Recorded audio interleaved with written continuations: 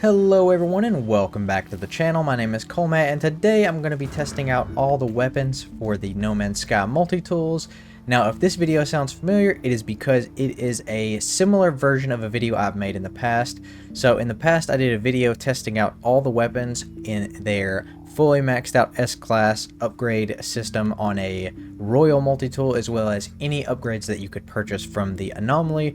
So on that video I did receive a lot of comments of people asking me to show the rate of fire of some of the weapons, as well as the recoil and the spread of some of the bullets. So in today's video we kind of have, you can see here, it's a little bit of a shooting range setup.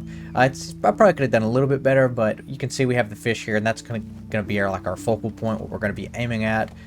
So yeah, anyways guys, without any further ado, we're gonna go ahead and jump right into the video.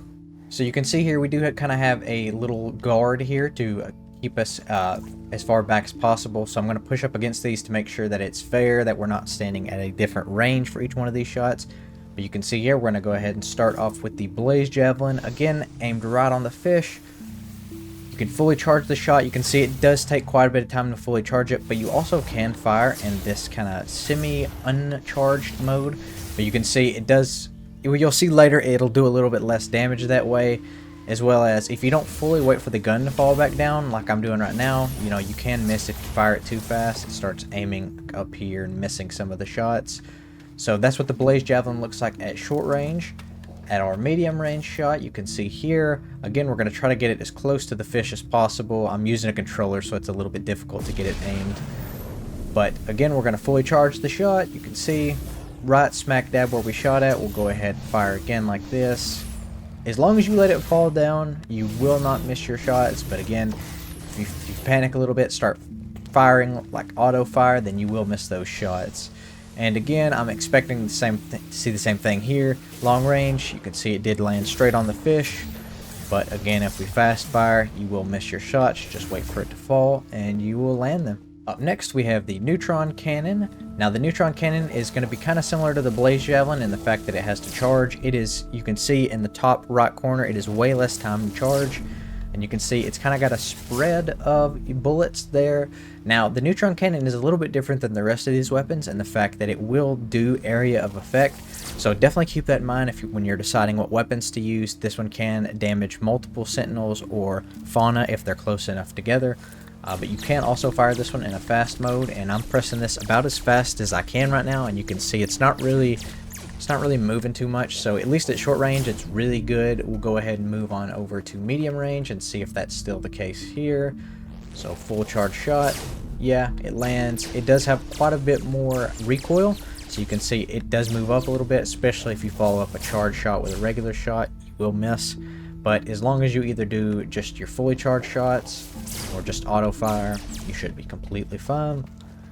And finally, at long range, it's a bit hard to see it. Yeah, I can tell because of the lighting, but we can still see the fish. So again, hits right on the money.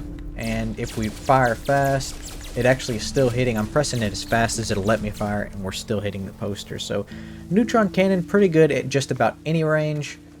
So I wouldn't really worry about what kind of battle you're taking this one into. Now we have the Bolt Caster. Now, of course, the Bolt Caster is a little bit special in the fact that it is the first weapon you get in the game. You don't actually have to purchase any technology for it. All you have to do is install it on your multi-tool. So that is really nice, especially if you're early game. And of course, everybody knows what it fires like, but you can see here, it fires just in a burst. And you can also fire it single shot, but you can see pretty good. It misses the fish on like the last shot or two, but for most enemies you would still be hitting them. There's no enemies actually as small as this fish in the game.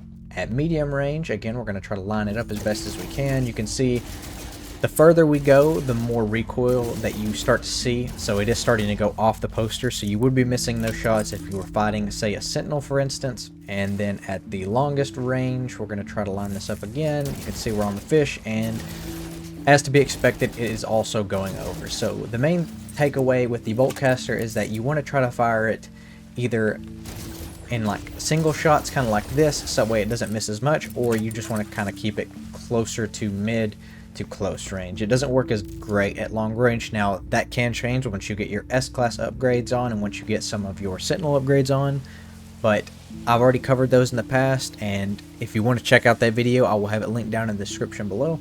Now we're moving on to the scatter blaster, which is essentially just the shotgun. So you can see at close range, as fast as it's letting me press it, if we aren't really missing anything in the spread, you can see it's hitting the fish and all around the fish. So it's really good for fighting small enemies like sentinels or small aggressive fauna.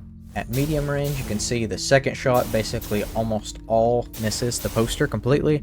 So again, just as a standard shotgun would be, you don't really want to take this into long range. You want to kind of use it close to mid to close range. So if I had one set up, say maybe right there, that'd probably be about as far as I'd want to shoot it, but it can definitely shoot at these longer ranges.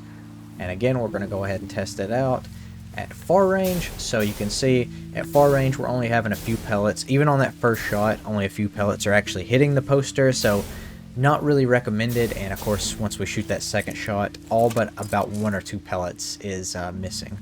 So definitely don't want to take scatter blaster into long range fights. Up next, we're going to have the pulse spitter, and the pulse spitter, as I said before, is just about one of my favorite weapons, just because of the rate of fire that you can get with it once you add some upgrades, and you also have the burning ability if you do add upgrades. But again, this video is mainly covering just the stock weapon on a standard multi-tool. So you can see there, it's pretty good. It's not missing the fish. Now, you can see the reticle is kind of aiming above the fish's head, whereas the bullets were impacting on the fish. So I don't know if that is like a visual glitch, or if it's just at close range like that, maybe it doesn't really have an option to hit where the reticle's going. Not entirely sure. But we're up to the middle now. So you can see on the middle, if we continue to hold down, it does start to miss. It's still technically hitting the poster, but you would be missing, especially if it was a sentinel. You can go ahead and just fire it kind of like the bolt caster, fire it 2 and 3 round burst, and that tends to do well at long ranges. And then again, we're going to have the longest possible shot here, and after about the first 2 shots we are missing. So again, long to mid range. I would probably be shooting it in 2 and 3 round bursts, but you do you. I'm just trying to show exactly what kind of spread and recoil you're going to have on these weapons.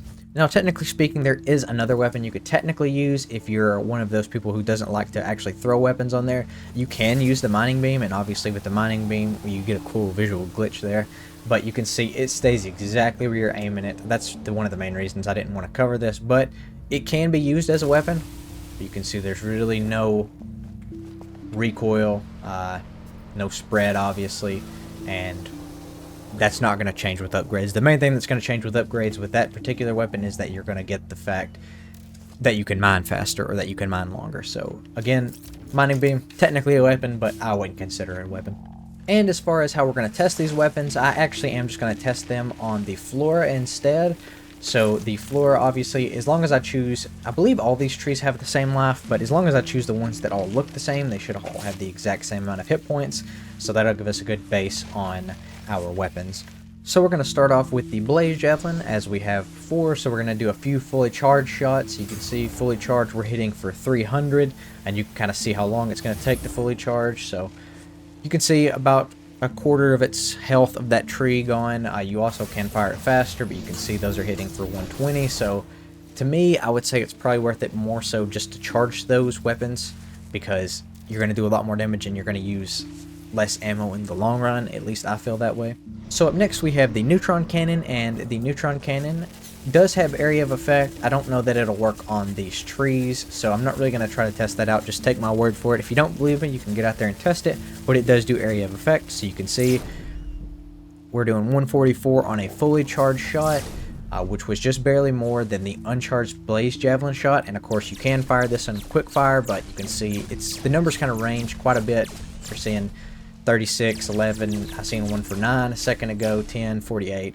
So the numbers are kind of a little bit wacky in a sense whenever you go that route.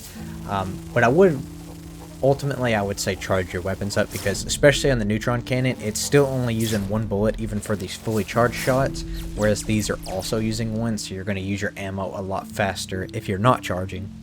Moving back around to the bolt caster, you can see here if we do the full fire mode, as fast as it'll let us fire with no upgrades, we're doing 36, 36, 36.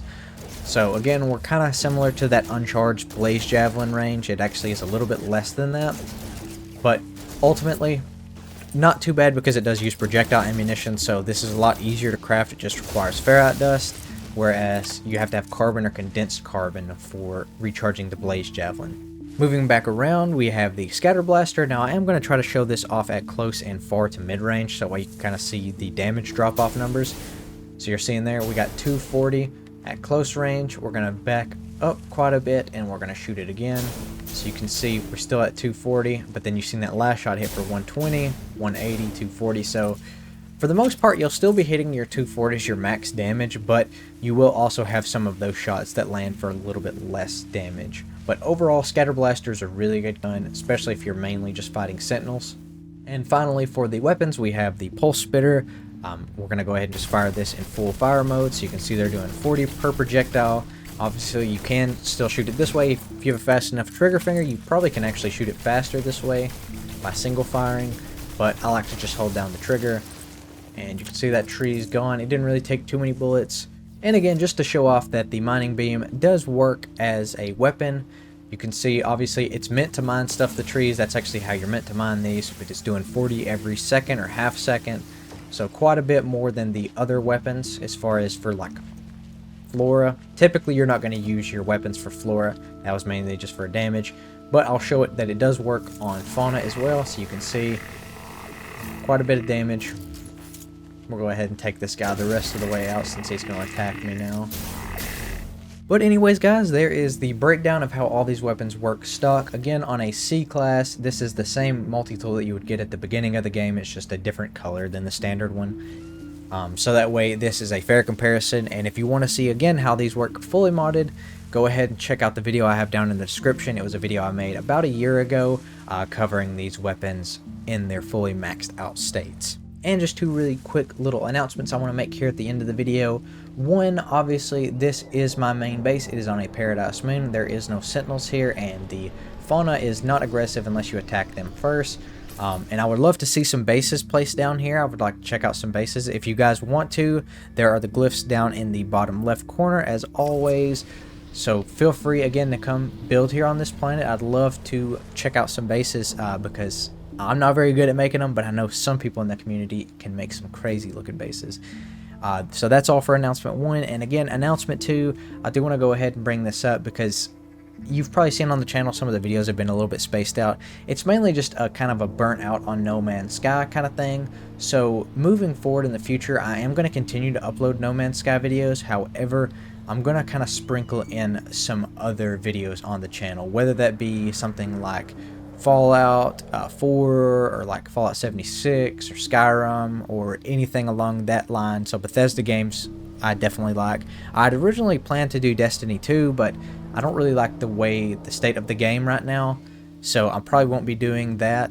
But I am down to play just about any game out there, so definitely feel free to leave your recommendations down in the comments below. Again, my main idea right now is probably Bethesda games as well as mixing in No Man's Sky, because I am going to continue to make No Man's Sky videos. I might throw in some like Subnautica as well, because I know that's a very good game to play. I've played a little bit of it in the past, but I've never actually played the full story, so I would love to do that, and I may end up even live streaming that if I do that. Also, keep an eye out on the channel come the coming months. Whenever Starfield launches, I will definitely be playing Starfield, and that may be my first live stream, so if so, feel free to swing by. Even if you can't stay a long time, feel free to just swing by, say hello. I'd love to see some of you guys there. Anyways guys, thank you so much for watching today's video. This has been Colmatt. Peace out.